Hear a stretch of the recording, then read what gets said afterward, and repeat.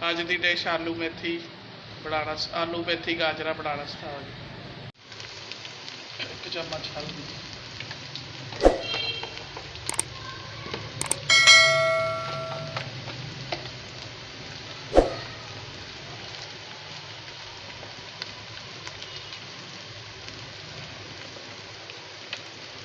चम्मच सुक्का धनिया, सुक्का धनिया,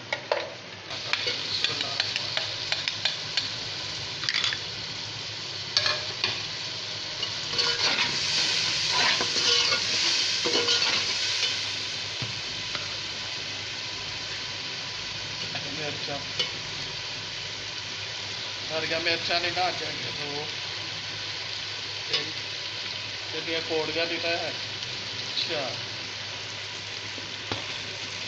चलो, अद्धा चम्मच नमक का पा,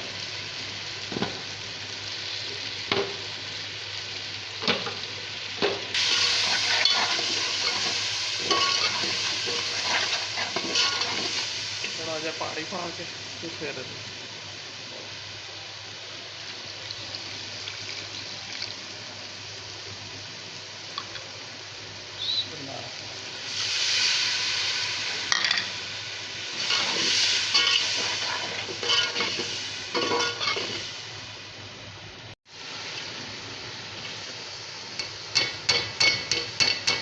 आसान तरीका, सब्जी बनाना तो आसान है।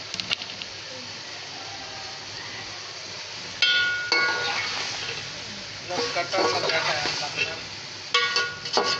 बनाने लगे। जरा मेथी का बहुत गंदी मिली, सही सही चुड़ी जरा हम हल्की अग तो तैयार भी गाजरा भी गल जाए तो मेथी भी गल जाए। थोड़ा जहा पानी पा के मेथी ने पानी छड़ देना ते गाजरा ने। चलो गल जाए फिर आलू पाने, मेथी हो गए ये गाजरा मेथी, हम आलू पा लेने।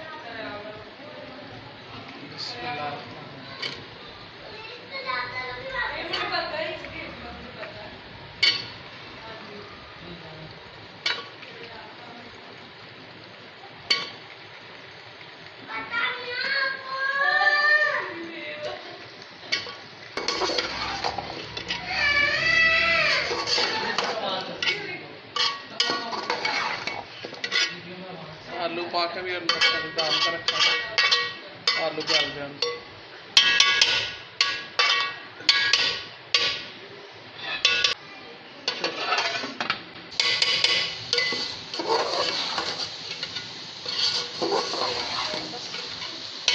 भुज गई साढ़े आलू भी गल गए, आलू मेथी गाजरा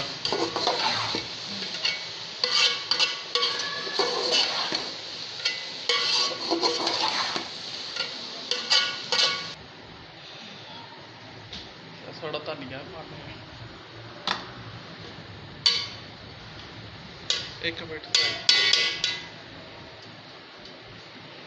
देखो आलू मेथी गाजरा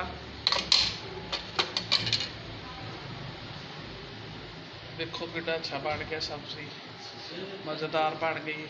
आलू मेथी गाजरा, आलू गाजरा खाली पकाओ तो बच्चे खाते नहीं, तो मेथी में ऐड कर दो तो मज़ेदार बन जाती, बच्चे भी खा लेंगे। देखना बना के तुम भी अपने घर अपने बच्चों को खुआ के देखो, खुद खाओ रोटी ना खाओ जिस तरह भी।